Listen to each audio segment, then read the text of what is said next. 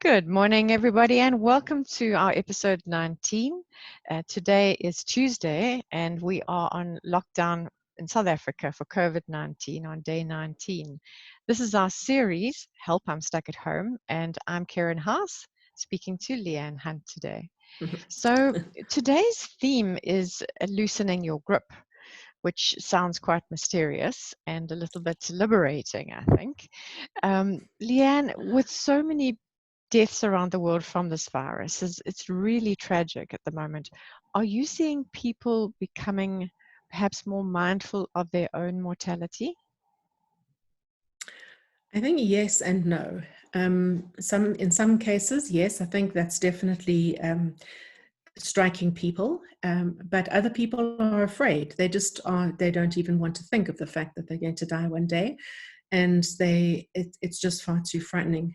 I do think that it might be highly likely that people will switch off this video right now before going any further, and I hope they won't, because I do think that it's important for us to face the fact, and also this virus is just waking us up to the fact that we are actually all mortal, and that death is as much part of life as birth and puberty and aging. Right. Yes. Well, that sounds very interesting. If you can elaborate on that for us, because I'd like to know what woke you up, perhaps, to this reality of death, and what did you do about it then? Mm. Okay, well, look, I was stuck at home. I was housebound for 7 years after we moved. I've told the story before. We lived in a small town. We moved to a big town. My eyesight Yes. was deteriorating very badly, and I hadn't yet adjusted to the fact that I needed help. And so I was really stuck.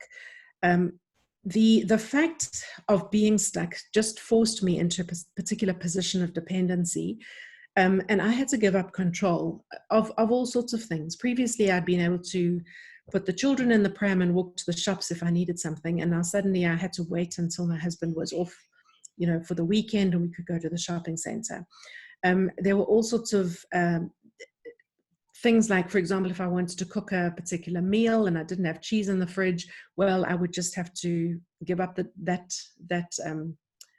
desire and wait till I could go and buy cheese. Now that's a small example, but it was over many things, including just my own desire to make a mark on the world as a writer, to do something meaningful, because I just after 4 or 5 years I really began to lose hope that I could ever get out and do anything different. And then, if you cast your mind back to 9/11, that was 2001, we actually went overseas. We took the children to Disney World in 2002, which was a Right. highlight for me.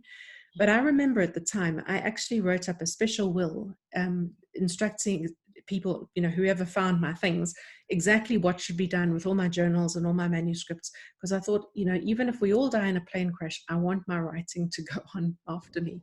I was Wow. I'd really sort of come to terms with the fact that, I had let go of my own ability to control those things. Yes, I suppose actually the very act of writing a will as an adult is something that Hmm. makes you think about these things. Yeah. Yeah. So, for people then who are afraid of even perhaps thinking about their deaths, have you got perhaps any words of reassurance for us? Yeah. Yeah. Well, I think we have to realize that modern life has separated us from the fact of death. We Yes. have hospice centers and we have mortuaries, and so it's not like it was 100 years ago or 200 years ago, where death happened very close to home. Mm. Now it's sort of out there, which means that we are a little bit cushioned from it, and we are not used to facing it when it happens, or even if it might happen, like with the virus. So the first thing we have to do is realize the fact, that we actually don't have ultimate control over our lives, and we have to practice surrender, because, like I said, when I was talking about my own having to give up control, Mm. if you never have to give up control for anything, then death is going to be so frightening, because you're going to be thinking of death as the ultimate robbing of your control, your independence, your life. If you practice consciously and intentionally to surrender control in small things, it will prepare your mind, your attitude, to trust that it's okay to give up control.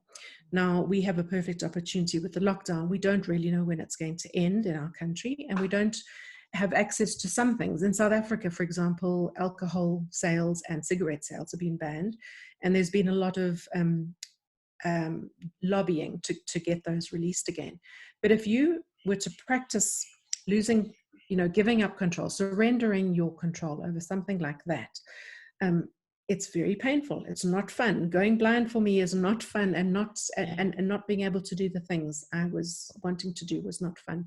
But it actually does prepare you. It really does. It gives you a sense of being able to think about these things without backing away and, in terror.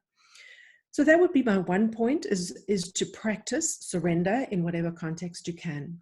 And my other point is much more practical. It's if you are finding yourself agitated with too much energy and not enough distractions, you can do something very practical at this time, and that is to get your affairs in order. When my parents died in 2010, it was such a relief to find that they'd made those preparations. My dad, who was extremely tidy, had thrown out all the old papers many years ago when he retired, and got his filing in order so that everything was current. And when he passed away and my mom passed away several months later, it was remarkable. There was so little to actually attend to besides selling the house and the furniture and the car and that kind of thing.